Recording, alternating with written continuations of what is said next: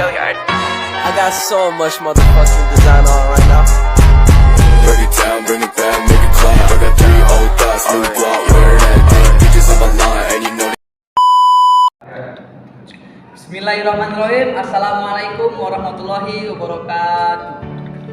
What's up men? Apa kabar kalian semuanya? Semoga kalian semua yang ada di rumah dapat menjalani aktivitas kalian masing-masing dengan lancar. Yuk, kami dari Prodi Sejarah Peradaban Islam, Fakultas Ilmu Sosial, Universitas Islam Negeri Sumatera Utara.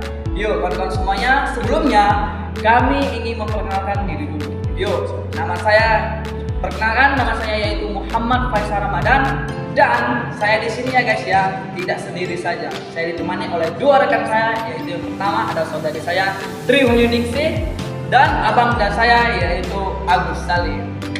Yuk, kami di sini ingin membahas bagaimana sih pengertian filsafat sejarah dan hubungan di antara keduanya. Di sini kami bukan hanya membahas tentang hubungan dan pengertian antara keduanya, melainkan kami juga memaparkan bagaimana teori-teori dan ahli-ahli sejarah yang membahas tentang filsafat sejarah tersebut dan ruang lingkupnya. Yuk, bagaimana kesaksian videonya? Langsung saja ke videonya. Oke teman-teman sekalian, sebelum kita memasuki pembahasan filsafat ilmu sejarah, dahulukan dulu bahwasanya apakah itu kajian tentang filsafat secara umum. Sebagai induk dari segala ilmu diperoleh oleh kebudayaan dan masyarakat yang menunggu studi di tingkat perguruan tinggi, filsafat diartikan secara umum pengetahuan. Filsafat memiliki dimensi yang sangat luas dalam ilmu pengetahuan, sehingga melahirkan banyak cabang ilmuwan.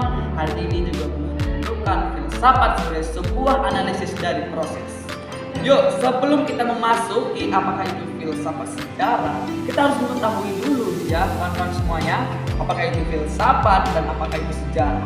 Pengertian dari sejarah dan filsafat yang awalnya kita artikan dari sejarah. Sejarah adalah suatu ilmu pengetahuan yang disusun atas hasil penyelidikan beberapa peristiwa yang dapat dibuktikan dengan bahan kenyataan. Sejarah didefinisikan sebagai catatan tentang masyarakat umum manusia atau peradaban manusia yang terjadi pada watak atau sifat pada masyarakat itu. Sedangkan filsafat adalah metodologi yang mengkaji pertanyaan-pertanyaan umum dan asasi, misalnya pertanyaan-pertanyaan tentang eksistensi, penalaran, nilai-nilai luhur, akal, budi, dan bahasa. Pengertian filsafat secara etimologis dapat ditelusuri dari makna kata yang berangkat dari kata filosofia. Kata ini merupakan kata majemuk dan berasal dari kata-kata philia atau persahabatan dan cinta, dan sophia pengetahuan ataupun kebenaran. Oleh karena itu, sehingga arti katanya adalah cinta kebijaksanaan atau ilmu.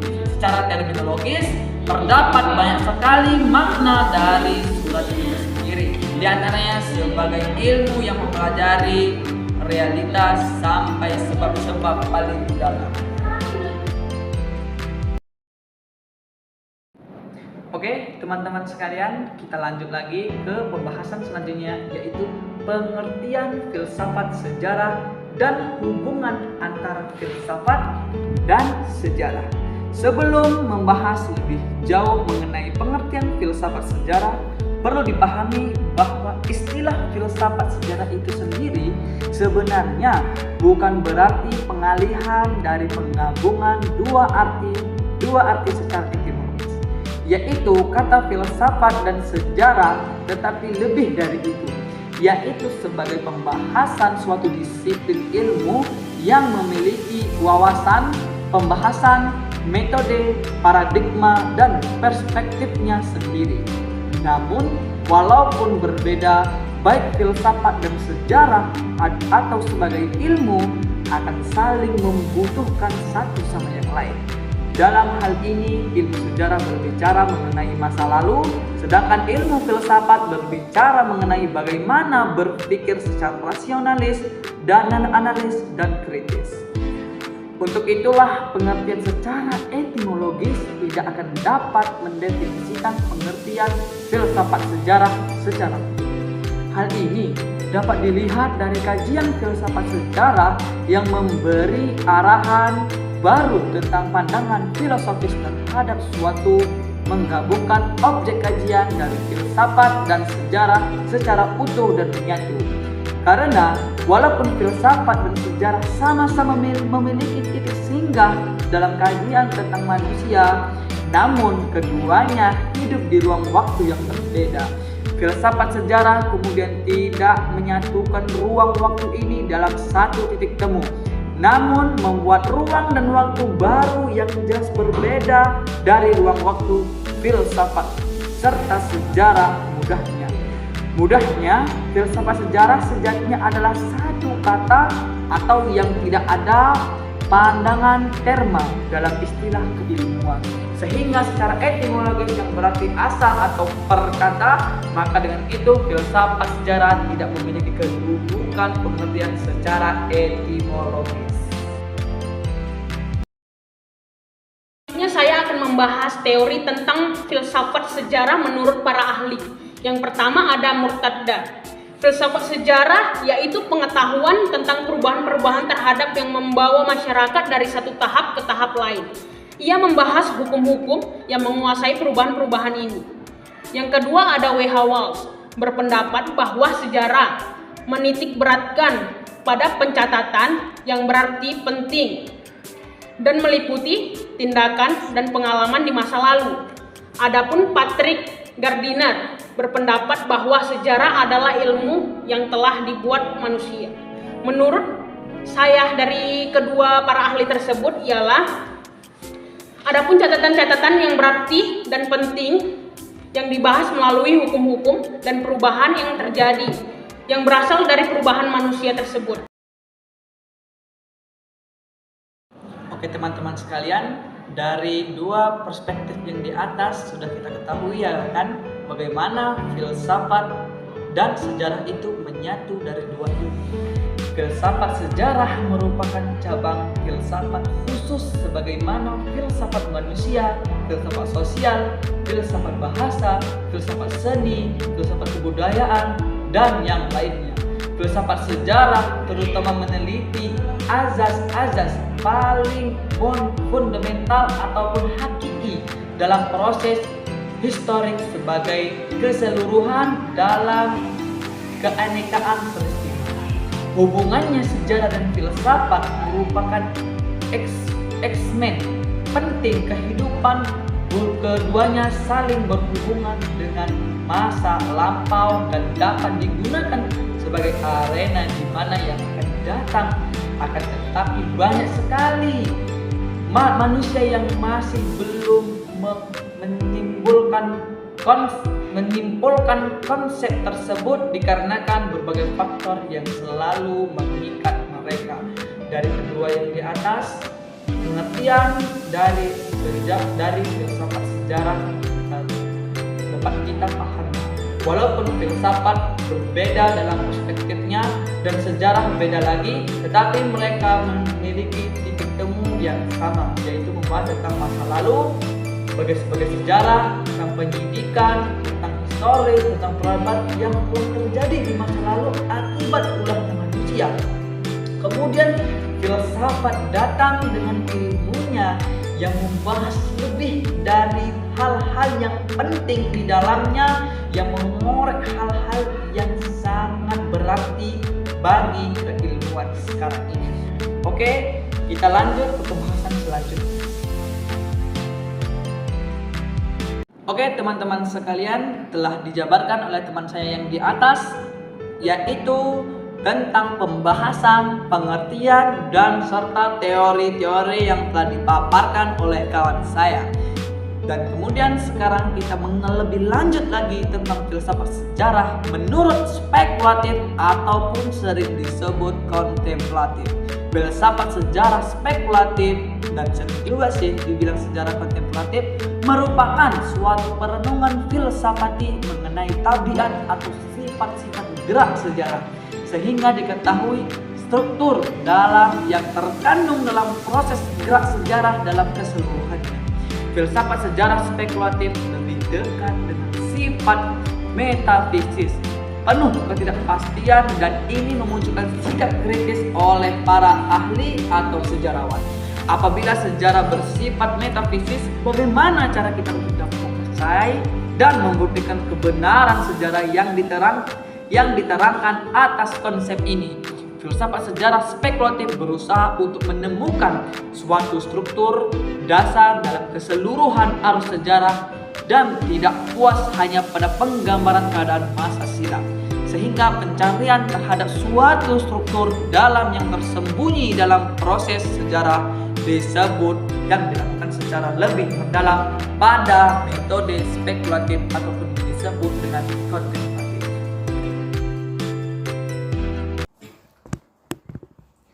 Oke teman-teman semuanya, kita lanjut lagi. Sebelumnya telah dipaparkan teori-teori beserta pengertian dari filsafat sejarah. Sekarang saya akan membahas tentang ide-ide kemajuan tentang filsafat sejarah. Konsep kemajuan merupakan unsur pokok dalam filsafat sejarah, karena ide tentang kemajuan merupakan inti persoalan yang dibahas oleh para filsafat sejarah seperti Hegel, Marx, dan lain sebagainya. Untuk mengetahui ide kemajuan para filsafat sejarah tersebut, akan dikemukakan secara singkat pemikiran filsafat mereka. Yaitu yang pertama ada ide kemajuan dalam filsafat I.W.F. Hegel, Georg Wilhelm Friedrich Hegel, 1770 sampai 1831. Merupakan seorang filsuf idealis yang yakin bahwa pikiran atau jiwa adalah realitas terakhir. Hegel juga seorang filsuf monis dalam fakta yang berpendapat bahwa setiap hal yang berhubungan satu sama yang lain adalah sistem besar dan kompleks, atau keseluruhan yang disebutnya dengan absolut. Idealisme monistik sebagaimana dikemukakannya dalam Phenomenology of Mind membawa Hegel pada keyakinan bahwa hanya terdapat suatu pemikiran atau substansi mental. Teorinya tentang kebenaran berkaitan dengan ini. Hegel berpendapat bahwa yang real adalah apa yang rasional dan bahwa yang benar adalah keseluruhan. Ini tentang kemajuan dalam filsafat Hegel terungkap dalam pandangannya tentang perkembangan sejarah pemikiran manusia. Hegel mengatakan bahwa ide-ide dan peristiwa sejarah tampaknya independen, semuanya merupakan bagian dari suatu realitas, yakni pikiran atau mind, dan bahwa pikiran ini sedang berusaha mencapai penyatuan realisasi. Pikiran itu universal dan tidak dapat dihubungkan dengan individu tertentu. Setiap pikiran adalah bagian dari pikiran dunia atau will base, dan perkembangan rasionalitas pada individu-individu berkontribusi pada perkembangan pikiran. Untuk memahami perkembangan realitas, sejarawan filsuf harus memikirkan perkembangan pikiran.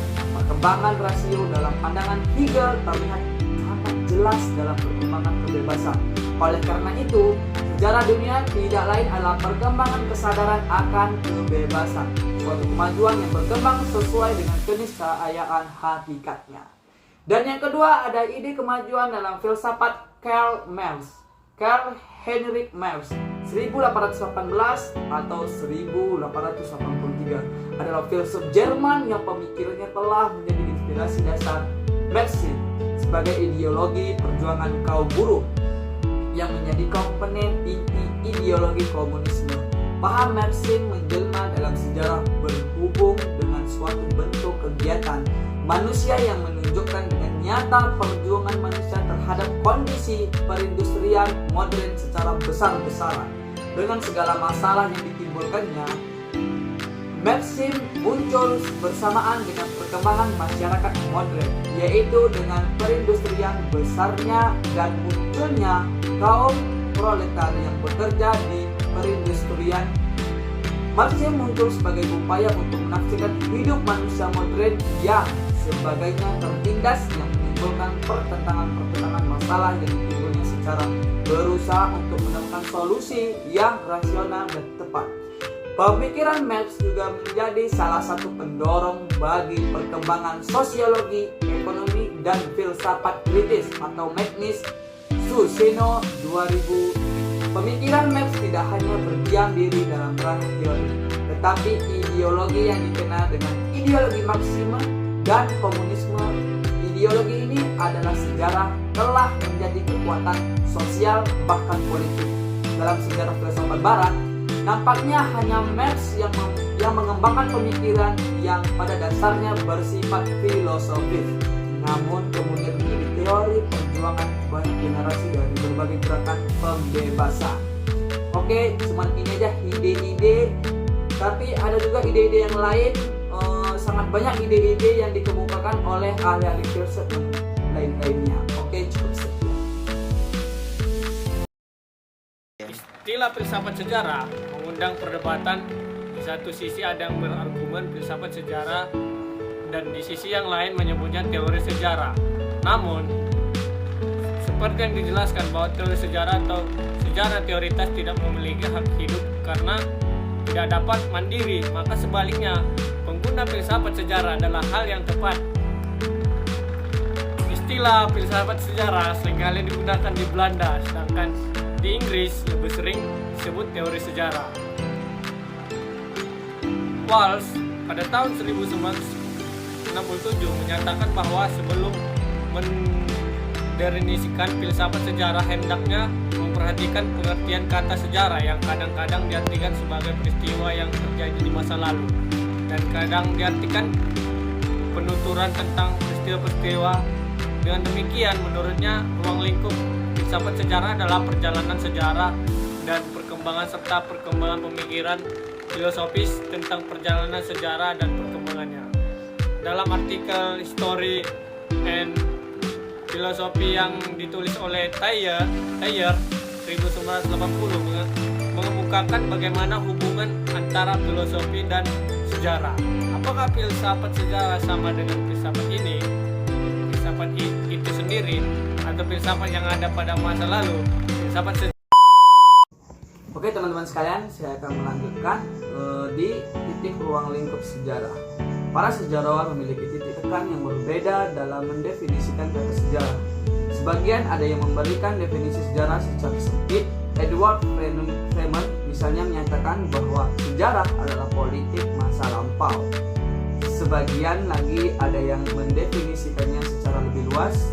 Ernest Bernheim pernah menyatakan bahwa sejarah adalah ilmu tentang perkembangan manusia dalam upaya-upaya mereka sebagai makhluk sosial. Menurut Ayumardi Azra, sejarah sering diidentikan sebagai sejarah politik, yakni sejarah yang direkonstruksi dan disosialisasikan kepada masyarakat, terutama berkaitan dengan kekuasaan atau pemerintahan. Intinya, sejarah politik adalah sejarah kerajaan-kerajaan, dinasti, raja dan elit kerajaan, bukan sejarah tentang aspek-aspek lainnya dengan kehidupan manusia. Sejarah sebagai sejarah politik belaka menjadi sasaran kritik karena beberapa hal. Yang pertama ada kehidupan dan kebudayaan manusia tidaklah melalui politik. Politik hanya merupakan salah satu aspek saja dari perjalanan sejarah anak manusia. Dengan mengidentikan sejarah dengan sejarah politik, maka telah terjadi semacam reduksi atau distorsi terhadap peristiwa sejarah secara keseluruhan. Jika politik sering melibatkan intrik, konflik, dan pertumpahan darah, maka sejarah Islam misalnya apabila dipandang dari segi ini bisa jadi hanya merupakan sejarah konflik dan pertikaian di antara para penguasa muslim. Dalam konteks ini tentu saja telah terjadi reduksi dan distorsi terhadap sejarah Islam. Yang kedua, perjalanan sejarah manusia secara objektif tidak hanya ditentukan oleh politik dan para penguasa. Politik tentu saja merupakan suatu faktor penting, tetapi bukan satu-satunya.